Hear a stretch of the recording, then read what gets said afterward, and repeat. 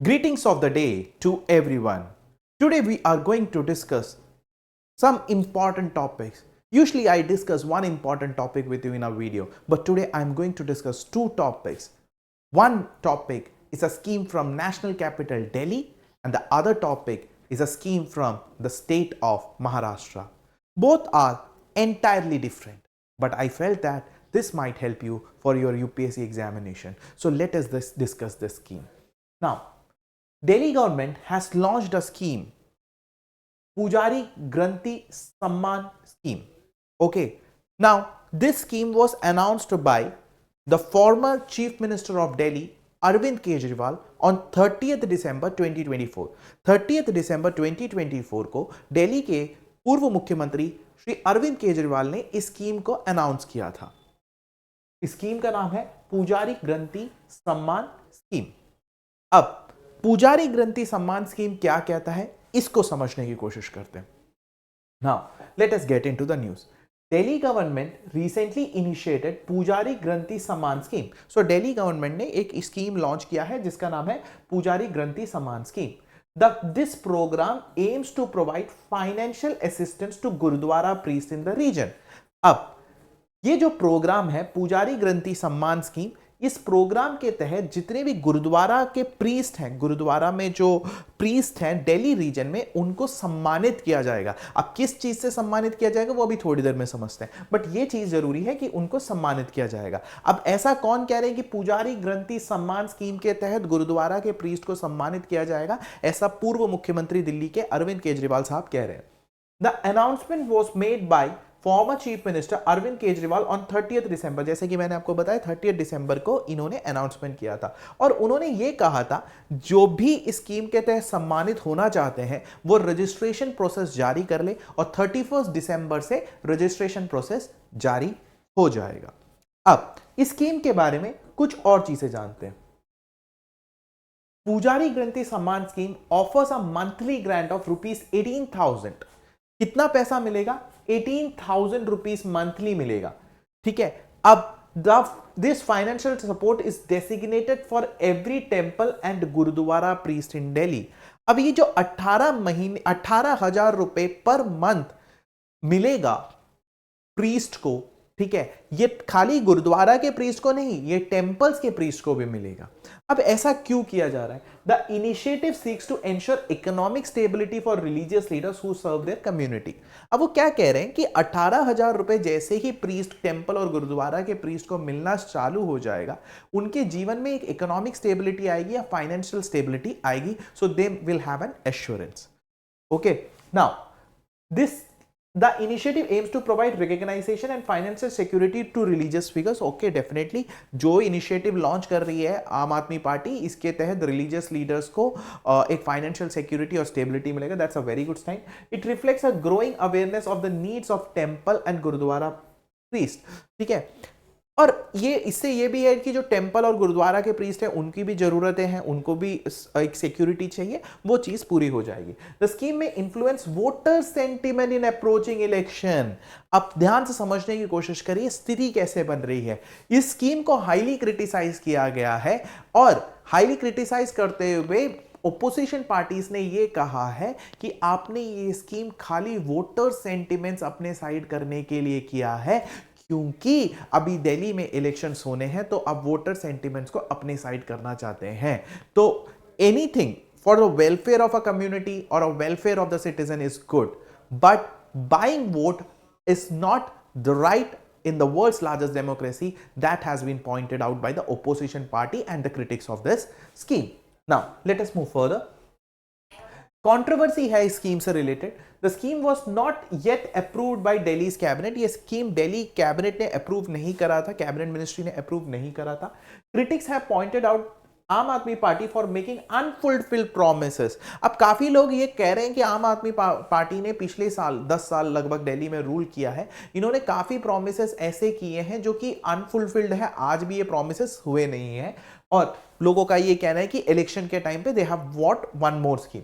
over the years dividing the people along religious lines. अब वो ये कुछ लोग ये भी कह रहे हैं कि आपने पर्टिकुलर दो ही कम्युनिटी के लोगों को स्कीम में इंक्लूड किया है. What about other community? That means you are creating like rift in the society. ये critics कह रहे हैं. A group of priests have also protested demanding clarification on why the government did not provide financial support in last 10 years. अब देखो खाली opposition नहीं बोल रहा है आम आदमी पार्टी के खिलाफ. आम आदमी पार्टी के खिलाफ ओपोजिशन भी ये चीज को पॉइंट आउट कर रहा है कि भाई आप बहुत सारे प्रॉमिसेस कर चुके हैं बट आपके प्रॉमिसेस फुलफिल नहीं होते हैं. ये तो ओपोजिशन का कहना है. बट इसके अलावा जो प्रीस्ट इस बेनिफिट के लिए मतलब एलिजिबल है वो भी क्रिटिसाइज कर रहे हैं आम आदमी पार्टी को. ये कह रहे हैं कि पिछले 10 साल में लॉन्च क्यों नहीं करा, पिछले 10 साल में लॉन्च क्यों नहीं करा, खाली इलेक्शन के टाइम पे क्यों करा. ठीक है, अब आगे चलते हैं. अब देखो इस पार्टी ने, आम आदमी पार्टी की गवर्नमेंट ने कुछ स्कीम्स लॉन्च किए हैं, जैसे मुख्यमंत्री महिला सम्मान योजना. ठीक है, मुख्यमंत्री Mahila Samman Yojana aims to provide 1000 rupees per month to women residents aged 18 above in Delhi. ठीक है, मुख्यमंत्री महिला सम्मान योजना क्या करते हैं, जो 18 साल से ऊपर की महिला है उनको पर मंथ 1000 रुपीज देने की बात करते हैं. 18 साल से ऊपर की महिलाओं को पर मंथ 1000 रुपीज देने की बात करते हैं.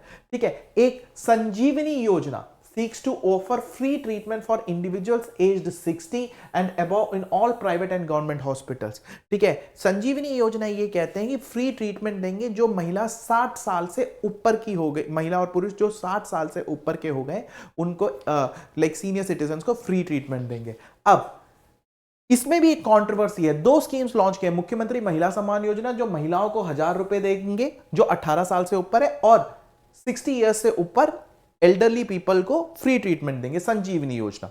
अब however Delhi women and child development department, जो दिल्ली के women and child development department है, इश्यूड अ पब्लिक नोटिस. उन्होंने एक पब्लिक नोटिस जारी किया है asking people to distance from both the schemes. उन्होंने ये बोला है, women and child development department ने ये बोला है कि आप इस स्कीम से दूर रहिए. They have warned people against filling any form stating that no such scheme exist, advising against entertaining such promises.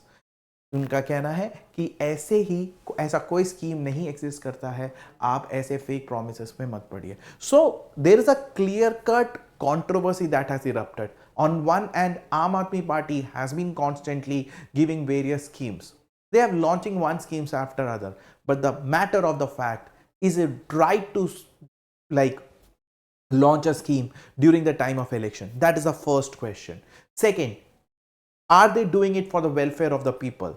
This is the second question. Or are they promoting the vote bank politics by like on the religious lines? These are the three questions. But if they are doing it for the welfare of the people, well and good. So the people of Delhi has to take a decision. Now let us move with the second current affairs from Maharashtra. Okay, Maharashtra launches a solar agriculture feeder project. Okay, Maharashtra launches a solar agriculture feeder project 2.0. So this project was launched by Devendra Fadnavis has initiated, who is the Chief Minister of Maharashtra. So Devendra Fadnavis, who is the Chief Minister of Maharashtra, has launched Solar Agriculture Feeder Project 2.0, which aims to enhance agriculture energy through reliable solar power. तो ये क्या कहते हैं, देवेंद्र फडणवीस जो महाराष्ट्र के CM है, वो ये कहते हैं, उन्होंने एक प्रोजेक्ट लॉन्च किया है, सोलर एग्रीकल्चर फीडर प्रोजेक्ट, जो एग्रीकल्चर में जितनी भी एनर्जी रिक्वायर्ड है, एग्रीकल्चर के क्षेत्र में जितनी भी एनर्जी रिक्वायर्ड है कि वो सोलर पावर्ड हो, उसके लिए वो वाउच कर रहे हैं. The launch event took place in Mumbai. ये जो इवेंट है कि सोलर एग्रीकल्चर फीडर प्रोजेक्ट 2.0 का जो लॉन्च इवेंट है, ये मुंबई में हुआ था and it was attended by the chief secretary Sujata sonic. ठीक है, सुजाता सोनिक जो चीफ सेक्रेटरी है, उन्होंने भी अटेंड किया था. And it is a very good project कि भाई आप कह रहे हैं कि सोलर एग्रीकल्चर के क्षेत्र में जितना भी एनर्जी कंज्यूम करना है वो सोलर पावर से जनरेट होना है. ये एक बहुत अच्छा स्कीम है and the event was launched in Mumbai. Let us move further. ठीक है, the primary aim of is to provide farmers with consistent solar energy during the day. So इस प्रोजेक्ट का इस प्रोजेक्ट का जो प्राइमरी एम है वो है कि फार्मर को पूरे दिन भर कंसिस्टेंट एनर्जी मिले, सोलर एनर्जी मिले, which seeks to boost agriculture productivity and reduce dependency on conventional energy source. और ऑब्वियसली देखो दो टास्क है कि पूरे दिन भर फार्मर को सोलर एनर्जी लगातार मिले, सूरज से सोलर एनर्जी मिले, ठीक है, सोलर एनर्जी मिले, और एग्रीकल्चर प्रोडक्टिविटी दूर बूस्ट अप हो, अच्छे से बूस्ट अप हो, प्रोडक्टिविटी बढ़े, और जो कन्वेंशनल सोर्सेस को यूज करते हुए आ रहे हैं, वो जो आम प्रोडक्ट को यूज करते हुए आ रहे हैं एनर्जी के लिए, उससे बचे। ठीक है, the project is also expected to contribute to the state's renewable energy goals. Definitely एक तरफ फार्मर को क्या प्रोवाइड किया जाएगा, सोलर एनर्जी प्रोवाइड करा जाएगा, सोलर एनर्जी, ठीक है। इसके तहत क्या होगा, farmer will be able to boost the productivity, farmer productivity boost कर पाएंगे, ये बहुत ही अच्छी बात है, farmer can boost the productivity, और जो नॉर्मल जो सोर्सेस ऑफ एनर्जी यूज करते हुए आ रहे हैं उससे दूर हो जाएंगे। तो डेफिनेटली जो सोलर एनर्जी का टारगेट है कि भाई हम ज्यादातर स्टेट में सोलर एनर्जी का टारगेट यूज करेंगे, वो टारगेट भी फुलफिल होगा। ठीक है, ये जो प्रोजेक्ट है, ये जिस प्रोजेक्ट की हम बात कर रहे हैं, ठीक है, that is solar agriculture feeder project 2.0। ये जो प्रोजेक्ट है ये एक साथ लॉन्च नहीं किया जाएगा, ये फेस्ड मैनर में रोल आउट किया जाएगा। The project will be implemented in faces, अलग अलग फेसेस में, किसी एरिया में पहले इंप्लीमेंट कर दिया, ensuring systematic installation of solar feeder across the state. मतलब सोलर फीडर को पहले कुछ जगह पे इंस्टॉल किया जाएगा, फिर चेक किया जाएगा, फिर फीडबैक लिया जाएगा, उस हिसाब से ऑल्टरेशंस किया जाएंगे।